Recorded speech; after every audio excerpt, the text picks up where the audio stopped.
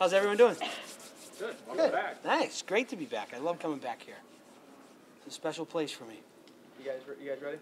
Yeah. All right. Just kind of talk about what's it like being in this new building. Like I said, it's like night and day. It's unbelievable. It's spectacular. I don't smell the circus. This is something that was in a long time coming.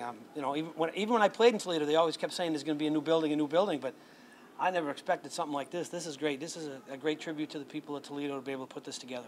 This is really nice. What are your memories of Toledo?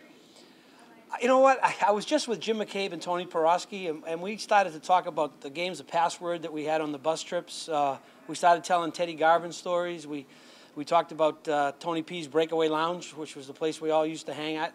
I just have nothing but good memories. You won a Turner Cup when I was here. I think I became a much better hockey player by playing under Teddy and being in the environment of playing in Toledo. So there were, good memories. Great players that I played with. I remember some of the bench clearing brawls that we had. And I wasn't a fighter, but fortunately we had Tanner and Joe Nathy and Ian McPhee to take care of that stuff. So, like I said, nothing but always just good things.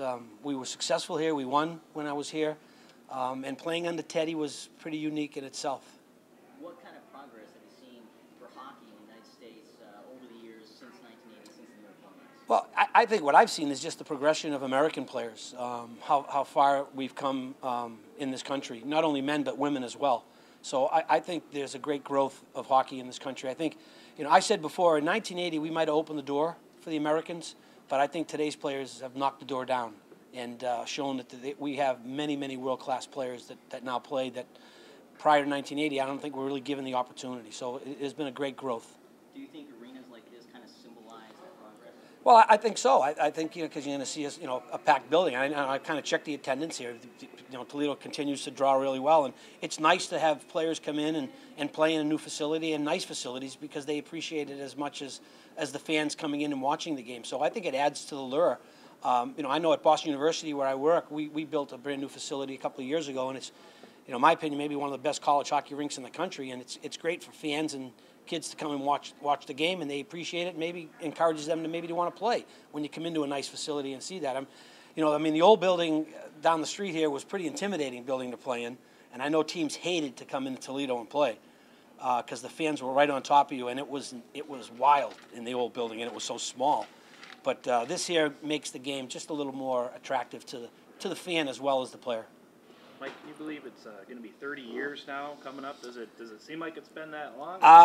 When I try to play, I realize it's been 30 years. But my teammates and I in the last few weeks have done a bunch of interviews together. Jim Craig and I and Mark Johnson did something with Al Michaels in Lake Placid, and then Jack O'Callahan and I and Jim Craig just did something in Boston, and we kind of rehashed the 30 years. So I think when you start talking about it, you realize that it was 30 years ago. But I think one of the things our team's been very blessed with is that over a 30-year period, there's always been something that has told our story. Whether it was the movie Miracle, what was the HBO documentary, Lighting the Cauldron in Salt Lake City, I think was a great moment for our team. So every few years, something kind of happens that brings our story back out. And I was telling the story just the other day that recently the History Channel did something on our team. And I think once the History Channel does something, it's over. It's history.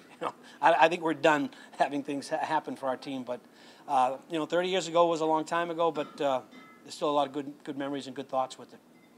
Is there anything special that you know what's going on? No, the team we're talking about doing something. We're not sure what it is. We're all pretty active golfers, so there's some talk about in the summertime maybe a bunch of us just getting together and going south and playing golf somewhere. There's really nothing formulated or put together. Knowing the guys on my team, we like to do things pretty quietly and pretty privately. Was that me? Well, I don't know. So I think if we do something, it'll be just a bunch of guys going somewhere and playing golf, and some guys maybe going fishing.